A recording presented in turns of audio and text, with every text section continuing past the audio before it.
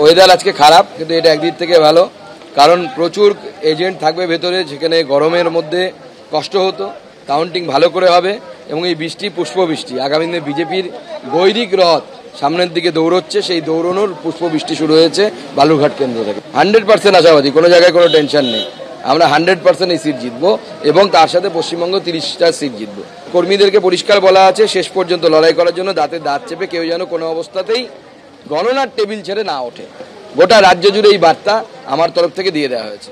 না, ওরা আমাদের বিরোধীরা বিরোধীদের কাজ করবে, এটাই স্বাভাবিক। আমরা বিরোধীদেরকে শত্রু মনে করি না। তাদের জন্য আগামী দিনে শুভকামনা থাকলে এবার শুভকামনা দেওয়ার জায়গা নেই। বালুরঘাটের বৃষ্টি গৈরিক রথের জন্য পুষ্পবৃষ্টি, এবার গৈরিক রথ চলবে পশ্চিমবঙ্গেও। কতটা আত্মবিশ্বাসী দিলীপ ঘোষ জয়ের ব্যাপারে? দিলীপ ঘোষ জয়ের জন্য নির্বাচন যেতে 2-0 হয়েছে, 3-0 হবে। প্রথম থেকে কনফিডেন্স, এখনও কনফিডেন্স আছি আমি। আর বোঝাই যাচ্ছে সাধারণ মানুষের মুডও তাই আছে। 2016-তে চমক দিয়ে খড়গপুর বিধানসভায় জিতেছিলেন, 2019-এ লোকসভা নির্বাচন জিতলেন মেদিনীপুর থেকে, 2024-এর পালা। সেই দুটোর ভোটের সঙ্গে এই ভোটের পার্থক্য কি? এবার মনে হচ্ছে আরও বড় চমক অপেক্ষা করছে। তো এই ভোট, হ্যাঁ, কম সময়ে হঠাৎ করে লড়তে হয়েছে, বেশি পরিশ্রম করতে হয়েছে, কিন্তু আমার মনে হয় ঠিক রাস্তায় এগোচ্ছে। লোক স্বীকার করে নিয়েছেন, রেজাল্ট ঠিক করে দিয়েছেন।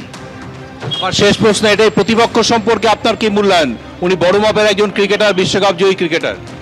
দেখুন, ক্রিকেটার কি কোথায় সে আমার জানা নেই। গতবারে ওনার জামানত বাজেয়াপ্ত হয়েছে ধানবাদে কংগ্রেসের থেকে, যেন পার্টি চেঞ্জ করেছেন। টিএমসিরও উপায় নেই, লোক পাচ্ছে না, তাই ওনাকে ধরে নিয়ে এসছে। কিন্তু সব বেকার পরিশ্রম। বর্ধমানের মানুষ বোধহয় যেরকম খুঁজছিলেন সেরকম সুযোগ পেয়েছেন, এত মন খুলে ওরা ভোট দিয়েছেন, সেজন্য রেজাল্ট ঠিকঠাকই হবে। দেখো, ত্রিস্তরীয় নিরাপত্তা ব্যবস্থা সেটা কিন্তু করা হয়েছে। এই মুহূর্তে আমরা দেখাবো ছবিটি।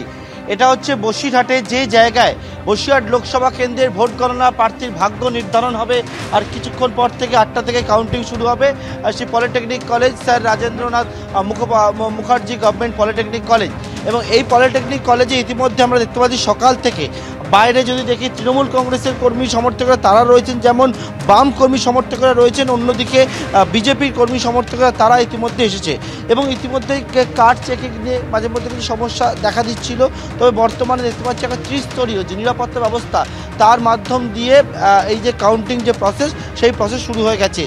এবং বসিরহাট লোকসভা কেন্দ্র বিভিন্ন লোকসভা কেন্দ্রের মধ্যে, রাজ্যের 42টা লোকসভা কেন্দ্রের মধ্যে এটা অন্যতম লোকসভা কেন্দ্র। কারণ হচ্ছে, তুমি দেখেছো সন্দেশখালী, যে সন্দেশখালী এবারের নির্বাচনে কিন্তু অন্যতম বিরোধীদের কাছে একটা হাতিয়ার হয়ে উঠেছিল এবং শাসকের কাছে একটা অস্বস্তির কারণ হয়ে উঠেছিল।